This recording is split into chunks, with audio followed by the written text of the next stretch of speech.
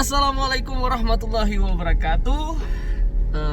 Halo guys, kembali lagi di channel Konua, dan di edisi video kali ini kita mau bikin video yang agak lain dari video Konua pada dasarnya. Jadi kemarin kan kita nge-review, nge-vlog juga buat jalan-jalan di Kota Manado. Terus buat detailing juga udah pernah. Nah, sekarang kita mau bikin video vlog kita tentang apa, Pan? Toyota versus Nissan. Nah, jadi gua nih kan pengguna Toyota nih. Terus Fadli nih pengguna mobil Nissan. Tapi kalau gua Toyota Vios tahun 2010. Terus kalau punya Van? Punya lo? Nissan Grand Levina tahun 2012. Terus sekarang gue lagi bareng siapa, Dandi, terus sama teman baru nih, Ikram. Nah, ganteng-ganteng semua nih. Nah, kalau Dandi ini ada di video detailing Konua guys. Jadi kalau kalian mau lihat kalau kalian udah nonton video detailnya Konua, mobil Vios gua, ini ada Dandi tuh di situ. Kita buat video bareng-bareng. Dan kita mulai aja buat mobil Vios tahun 2010. Apa ya? Menurut gua bagian kakinya tuh guys, karena kemarin bokap sempat ganti biring, apa kalau bahasa Manadonya apa tuh yang bulat, Pan, buat Spiral. Laher. Iya. Kemarin tuh bokap sempat ganti laher buat Toyota Vios gua. Nah, menurut gua itu sih yang paling pertama diganti kalau di Vios. Kalau punya lu, Van? Nah, gue kan beli mobil gue itu kan bekas kan. Nah, Grand Levina tahun 2012. Jadi Yang pertama diganti deh. diganti pertama kali dia trouble itu, kalau nggak salah sekitar 3 apa 4 tahun yang lalu itu gue ganti coil busi. Coil Nah, busi. coil busi itu waktu itu kan dia 4 kan coil busi di Nissan itu. Yang paling sering bermasalah itu coil. Nah, coilnya itu kalau dia salah satu ada yang putus, maka secara otomatis mobil itu pas jalan dia pincang itu pincangnya nggak berhenti dari di starter. Pokoknya kita jalan kemana aja itu yang berfungsi hanya 3 busi aja, karena coilnya udah nggak berfungsi kan. Mobil itu RPM rendah maupun tinggi tetap posisinya nggak stabil. Gitu permasalahannya. Nah, lalu gue ganti kan, itu pertama kali itu kan dipermasalah seperti itu. Gue ganti langsung ke dealer Nissan Marta Dinata yang di Kota Manado. Nah, setelah berselang itu sekitaran 3 apa 4 bulanan kemudian gue ganti juga bearing. Oh, biringnya.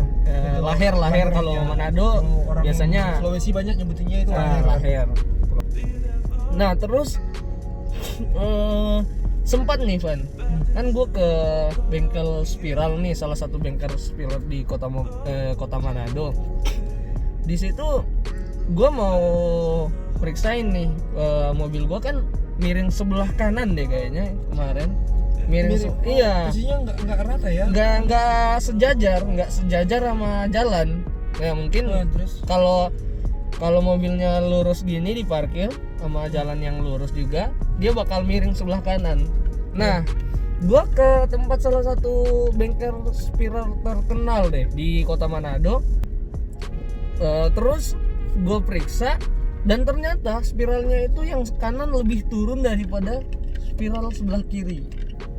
Nah, nggak tahu deh. Kan kalau muatannya, kalau muatan setahu gua kan muatan di belakang nih. iya. Nah, kalau dia nggak sejajar kanan sama kirinya, mungkin yang belakangnya dong, bukan yang depan. Iya. Tapi itu depannya doang. Depannya aja yang turun. Iya. Ya. Depannya aja yang turun. Jadi sebelah kanannya itu yang depan aja turun, sebelah kirinya enggak. Bukan enggak, yang mungkin turun ya, sama-sama turun, tapi mungkin yang sebelah kanan dia lebih turun. Nggak terlalu dominan ya. Iya gitu. Dan terpaksa gue mutusin buat custom spiral gue, dipendekin lah, dipotong spiralnya jadi biar sama. Dan terus ya menuju selanjutnya gue ganti velg dan sebagainya kayak sekarang tuh. Gitu awal mula mobil gue diceperin. Ini alasannya ya. Nah itu. Nah kalau mobil lu Van diceperin apa enggak? Kalau mobil gue itu di owner sebelumnya kayaknya diceperin kan. Soalnya gue lihat pas kemarin itu permasalahannya juga hampir sama kayak lo. Tapi ke gue yang agak lebih parah lagi sih. Karet glongnya yang di depan itu penahan fairnya itu sampai jebol.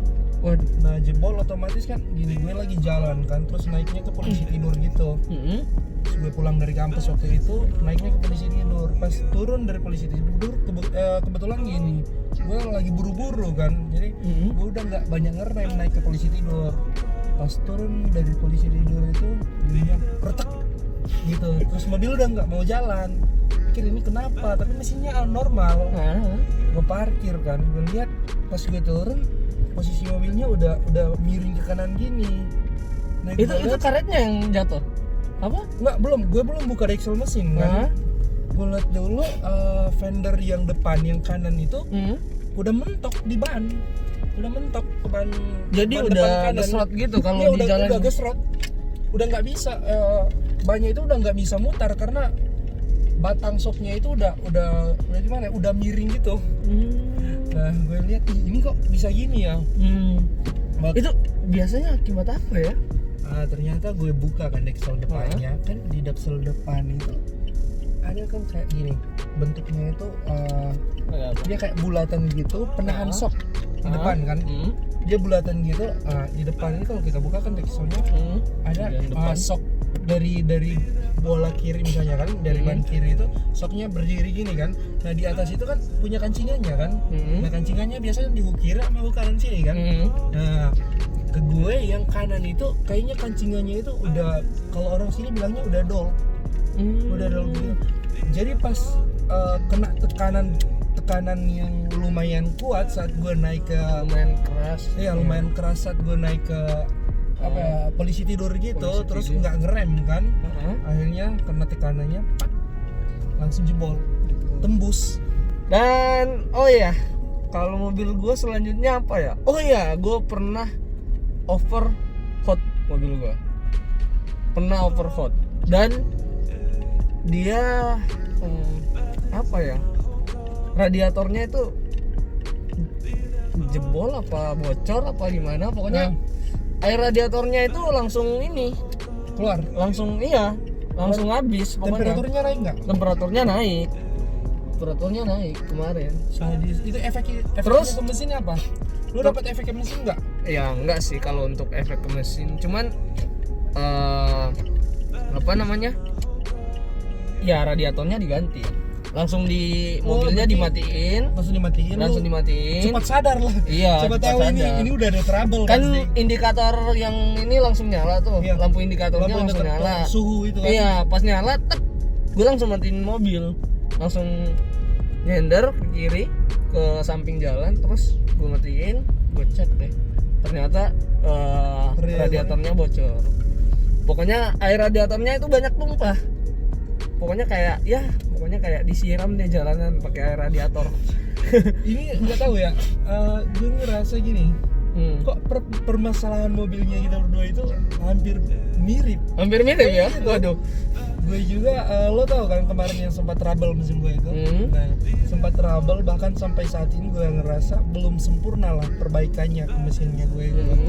Itu alasan dia trouble itu karena radiator yang pertama. Nah jadi misalnya nanti udah overhot, baru selanjutnya suhunya menyala. Lampu indikatornya. Ya, lampu indikatornya itu menyala. Nah, gue waktu itu gue pakai, tiba-tiba udah nyala kan. Ini kok selama bisa dikatakan 4 atau 5 tahun gue pakai mobil ini nggak pernah gue lihat ada lampu ini nyala. Tiba-tiba dia nyala kan. Gue langsung search ke YouTube kan. Ini maksudnya lampu ini apa? Merah gini terus ada lambang air kan. gue lihat oh ternyata kalau lampu itu menyala itu artinya suhu mesinnya udah nggak normal. Udah di atas rata-rata. Overhot lah. Udah mulai masuk ke level overhot kan. Gue parkir mobil, terus gue matiin mesinnya, dinginin sedikit mesinnya, gue lihat mesinnya kan, angkatkan deksel depannya. Ketika gue lihat ternyata kayak sama kayak airnya udah berceceran di mana-mana. Bocornya itu ke cover radiator itu kan, radiatornya itu kan aluminium kan, tapi di atasnya itu tempat ngisi air itu kan covernya itu kan plastik kan.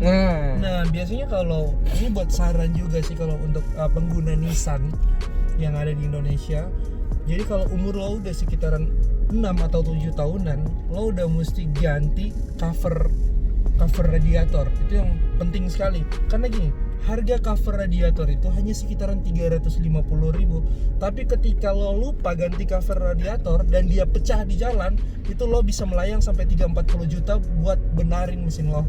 Karena udah pasti kalau Nissan ketika overhot, ke gue kemarin overhot gitu, efeknya itu bahkan sampai piston gue kegores semua. Wah itu parah sih. Parah, sumpah. Kalau gue langsung starter udah kayak gini, udah kayak besi sama besi yang ketemu. Kopnya apa ya bahasanya gimana? Kalau di sini orang bilangnya bongkok. Jadi kopnya itu harusnya kan antara silinder udah nggak sejajar. Udah nggak sejajar. Nah udah ada space gitu karena pengaruh tekanan suhu kan tadi. Suhu sudah di atas normal, akhirnya kopnya bengkok. Otomatis kita harus spuring lagi kan.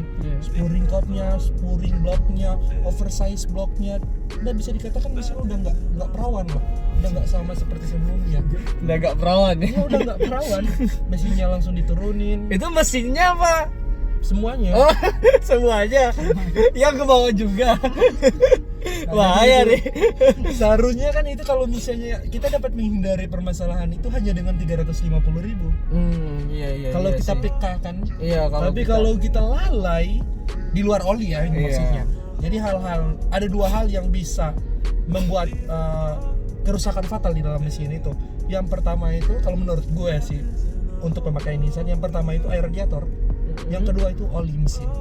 Oli mesin itu kalau bisa jangan kita biasanya gini, kita udah ganti oli mesin, kita nggak peduli dengan namanya saringan olinya. Nah biasa kan udah pikir udah ganti oli mesin aman lah ini, tapi ternyata saringan oli itu penting sekali juga karena kotoran itu kan disaring di situ kan. Nanti kalau gue itu biasanya gue gantinya ketika 2 kali ganti oli mesin, 1 kali ganti filter olinya. Ada orang yang sistemnya itu gini, harta udah 10 kali gitu ganti oli mesin nggak perlu, nggak usah pakai. Ya tiba-tiba suhunya normal tapi mesinnya menggelitik. Udah sih. Kayak ada benturan-benturan gitu. Benturan-benturan yang nggak menyenangkan dompet kan. Benturan-benturan yang memicu kekurangannya lembaran-lembaran dalam dompet. Iya memang. Gue pikir pertama itu kan pas gue dengar itu, pikir ini gampang sih. Kan udah nyala kan. Iya. Gue udah lihat radiatornya, cover radiatornya udah pecah. Gue nggak langsung ganti. Gue akali pakai lem gitu, lem, terus dibawa sama teman gue mobilnya. Masih normal sih selama 1 minggu pemakaian, nggak ada yang bocor. Tapi ternyata namanya lem gitu kan, kalau di dalam air radiator itu kan panas kan. Karena tekanan panas ini akhirnya dalam waktu mungkin 10 hari dia bisa jebol lemnya lagi. Nah posisi jebolnya teman gue yang bawa mobilnya. Tiba-tiba teman gue nelfon, kan ini gue lagi di Limboto waktu itu, di salah satu daerah di Kota Gorontalo. Di Limboto mobilnya trouble katanya. Gue tanya trouble-nya karena apa, lo lihat suhu nggak semalam? Iya gue lihat. Gue nangis, kenapa lo nggak bilang sama gue? Dia diam kan. Gue kesana, coba starter mobilnya. Aduh itu bunyinya udah nggak karu-karuan, itu udah kayak marching band bunyinya. Bentar, lu pemain marching band kan? Main marching band jadi gue tahu. Iya, berarti lu tahu loh bunyinya ya. Oh berarti emang sama guys. Jadi kalau kalian udah nyalain mesin mobil terus bunyinya kayak marching band, langsung hubungi Konoha, nanti bakal Konoha kasih nomornya Fanli untuk kalian Konsultasi. Apa yang harus dilakukan? Nah kalau ke gue yang masalahnya sih radiatornya doang, itu yang kemarin. Dan oh iya guys, mobil gue sekarang nggak bisa dipakai karena kerusakan juga. Makanya kita bahas kerusakan Dulu ya. Karena gini, kalau menurut gue kenapa kita nggak perlu bahas kelebihannya, karena semua orang tahu kelebihan Iya, mobil. kalau- Kelebihan mobil itu apaan sih? Yang pertama, kalau hujan nggak basah. Iya. Itu kan? Iya. Semua orang udah tahu. Kalau- Tapi kalau kekurangan mobilnya untuk pemakaian 10 tahun, posisinya Iya. kita berdua kan udah ya kurang Ah, lebih. iya, kurang gua lebih 8 10 tahun lah. 10 tahun kan gitu. Nah, jadi kita fokusnya ngebahas untuk Kekurangan kerusakan. Mobil lu rusak kan? Ya, Iya. sekarang rusak lagi. Ini enak lah. Aduh. Mobil gua rusak guys. Jadi mobil Vios gua sekitaran seminggu yang lalu tuh Itu rusak. seminggu ya? Seminggu yang lalu ya? Mobil gue udah 3 bulan loh rebahan di rumah. Rebahan ya. Iya, rebahan. Hashtag di rumah aja. Hashtag Taruh di rumah. aja. Kayaknya dia ngikutin anjuran pemerintah. Iya, Ya guys. bis starter pincang kan. Oh, kayaknya dia. Nah, dia jadi mau- mobil gua rusak tuh yang sekarang rusaknya apa ya? dinamo chargernya rusak kan. Jadi apa namanya, pemakaian listriknya dan pemasukan listrik dari dinamo charger itu nggak seimbang. Lebih Jadi banyak keluarnya daripada lebih banyak masuknya. keluarnya daripada masuknya. Udah nggak nyimpan gitu. Iya, udah nggak nyimpan dia. Jadi ya sekarang gue lagi berusaha ngumpulin uang buat perbaikan mobil gue. Sekarang udah berapa mingguan ya? Kalau punya lo sih ya Udah bulanan. lama. Iya, punya Sebelum gua. video pertama rilis kan Iya.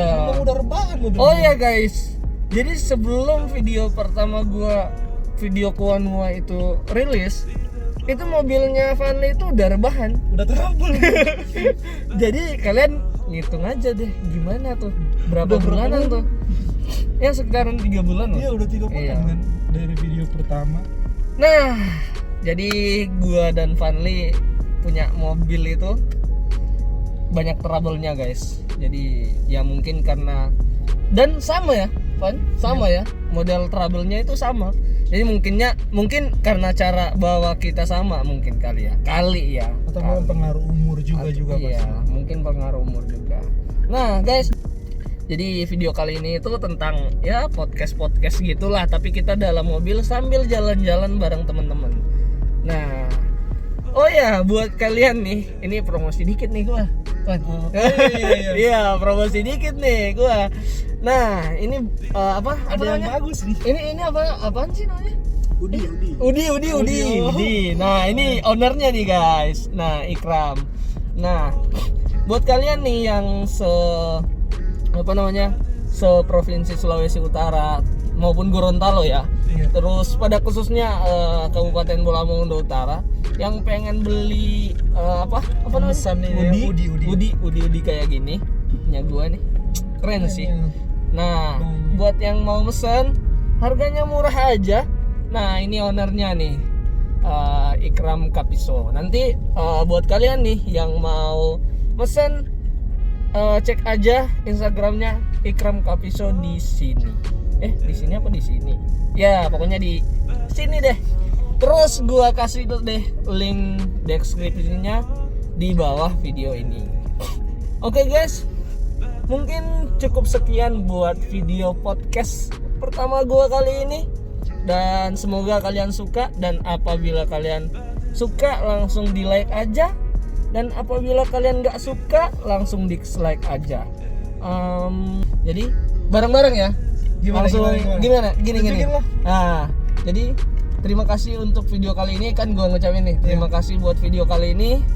Thank you, sama-sama tuh. Thank you and see you again. Sama-sama. Bisa bareng nggak? Bisa. Bisa bareng nggak? Bisa ya. Bisa. Jadi terima kasih buat video kali ini. Thank Thank you and see you again.